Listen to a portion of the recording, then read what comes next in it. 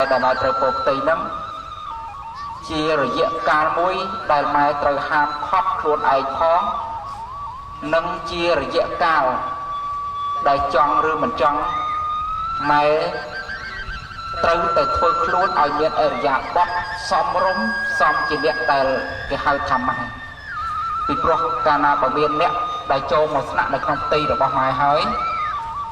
អ្នកដែលពោផ្ទៃនឹងคล้ายទៅជាម៉ែដោយស្វ័យប្រវត្តិ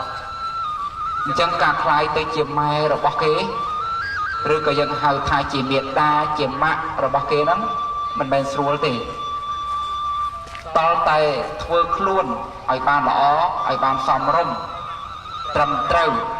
និងប្រកបទៅដោយព្រហ្មវិហារធម៌ទាំង4មានមេត្តាមានករណាមានមុទិតានិងឧបេក្ខាសូម្បីតែព្រះសម្ពុទ្ធជាម្ចាស់បរមគ្រូនៃយើងមុនពេលដែលព្រះអង្គចុះចាប់បដិសន្ធិក៏ព្រះអង្គបានពិចារណាមើលនៅព្រះមេត្តាជាមុនសិនតើមេត្តាជាអ្នកមានសិលជាអ្នកមានគុណធម៌សមគួរនឹងព្រះអង្គចុះមកចាប់បដិសន្ធិដែរឬអត់ដូច្នេះមានន័យថាការคล้ายទៅជាមនុស្សម្នាក់ដែលឈ្មោះថាជាមេត្តាជាម៉ែជាម៉ាក់របស់យើងទាំងអស់គ្នាហ្នឹងពាក្យហ្នឹងធ្ងន់ណាស់ពិសេសណាស់ដូច្នេះទាមទារឲ្យអ្នកដែលคล้ายទៅជាមេត្តាហ្នឹងត្រូវតែត្រៀមខ្លួនឲ្យបានល្អនិងធ្វើខ្លួនឲ្យបានល្អឲ្យសមគួរជាមេត្តាជាម៉ែជាម៉ាក់របស់គេតើម៉ែបានធ្វើអ្វីខ្លះក្នុងរយៈកាល10ខែនេះតើ10ខែចាប់តាំងពីខែទី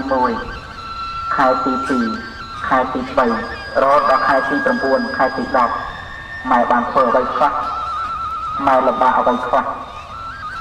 ទាំងអស់នេះនឹងសម្ដែងសេចក្តីជូនលោកប្អូនសាមណេរនិងដូចជាគ្រប់រូបឲ្យបានស្ដាប់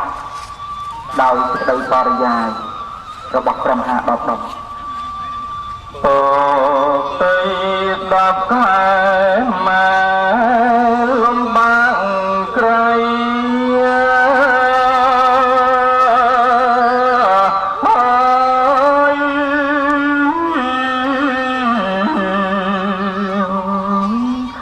10ខែសើស្អីសនសង្ខា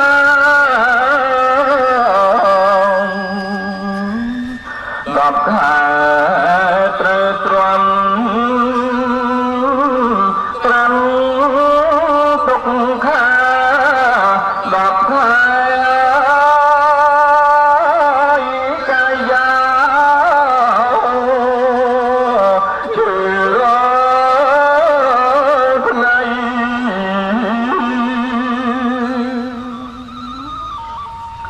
10ខែ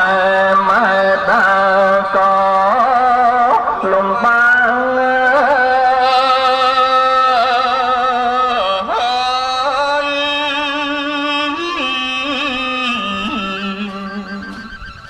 10ខែគ្មានស្រាំ